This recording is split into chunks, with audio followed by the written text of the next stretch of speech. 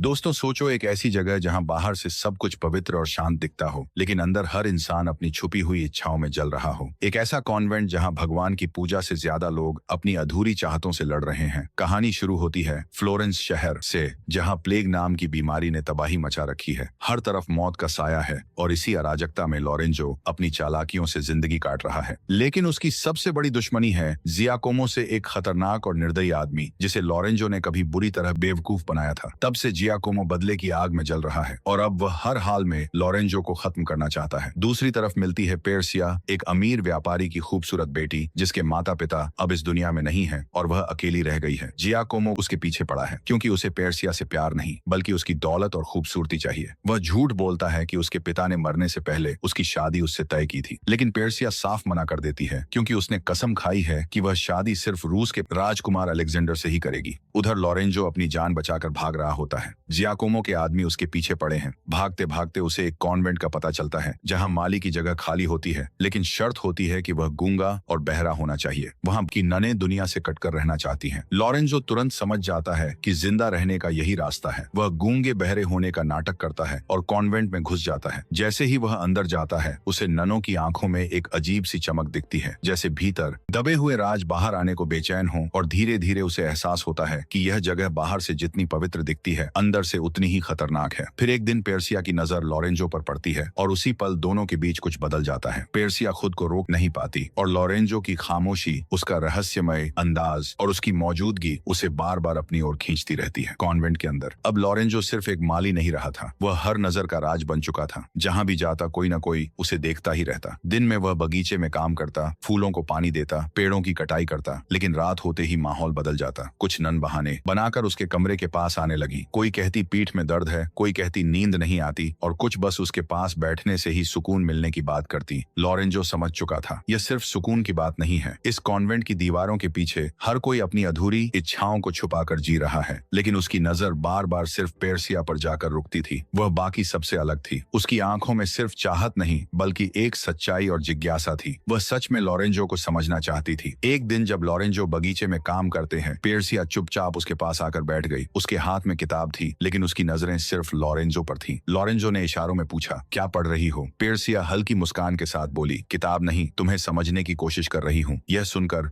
पहली बार लोरेंजो थोड़ा चुप हो गया क्योंकि पहली बार कोई उसे खेल नहीं दिल से देख रहा था। उसी शाम दो नन फिर उसके कमरे में पहुंच गईं। वही पुराना बहाना, हमें नींद नहीं आती, तुम्हारे पास बैठने से सुकून मिलता है। लोरेंजो सब समझ रहा था, लेकिन दरवाजे के बाहर खड़ी पेर्सिया यह सब देख रही थी। उसकी आंखों में जलन साफ दिख रही थी। पहली बार उसे महसूस हुआ कि वह सच में लोरेंजो को खोने से डरती है। वह बिना कुछ बोले वहां से चली जाती है, लेकिन उस रात उसे नींद नहीं आती। एक ही सवाल बार बार उसके दिमाग में घूमता रहता है कि क्या लोरेंजो भी उसे चाहता है या यह भी सिर्फ एक खेल है। आधी रात के बाद पेर्सिया फैसला करती है कि आज सच जानना ही होगा। वह धीरे धीरे लोरेंजो के कमरे की तरफ बढ़ती है। दरवाजा आधा खुला होता है। लोरेंजो अकेला बैठा होता है, जैसे उसे पहले से पता हो कि कोई आने वाला है। पेर्सिया अंदर आती है। दोनों कुछ पल बिना कुछ बोले एक दूसरे को देखते रहते हैं। पेर्सिया धीरे से कहती है, मैं तुमसे दूर रहने की बहुत कोशिश कर रही हूँ, लेकिन हर बार हार जाती हूँ। मुझे तुमसे डर भी लगता है। और खुद से भी लोरेंजो उसके करीब आता है और कहता है, कुछ लोग किस्मत बनकर आते हैं और कुछ बर्बादी बनकर। मुझे अब तक समझ नहीं आया मैं तुम्हारे लिए क्या हूँ। पेर्सिया उसकी आंखों में देखते हुए कहती है, अगर तुम बर्बादी हो तो मैं बर्बाद होना चाहती हूँ। बस यही वह पल था जब दोनों के बीच की हर दीवार टूट गई। लोरेंजो ने पहली बार उसे वैसे छुआ जैसे कोई बहुत कीमती चीज संभालता है। पेर्सिया ने आंखें बंद कर ली और दोनों के बीच पहली बार एक गहरा रिश्ता बन गया, जिसमें छुपी हुई भावनाएं पहली बार बाहर आई। उस पल पेर्सिया ने पहली बार खुद को सच में जिंदा महसूस किया और लोरेंजो ने पहली बार महसूस किया कि वह किसी खेल में नहीं, एक एहसास में फंस चुका है। लेकिन हर प्यार के पीछे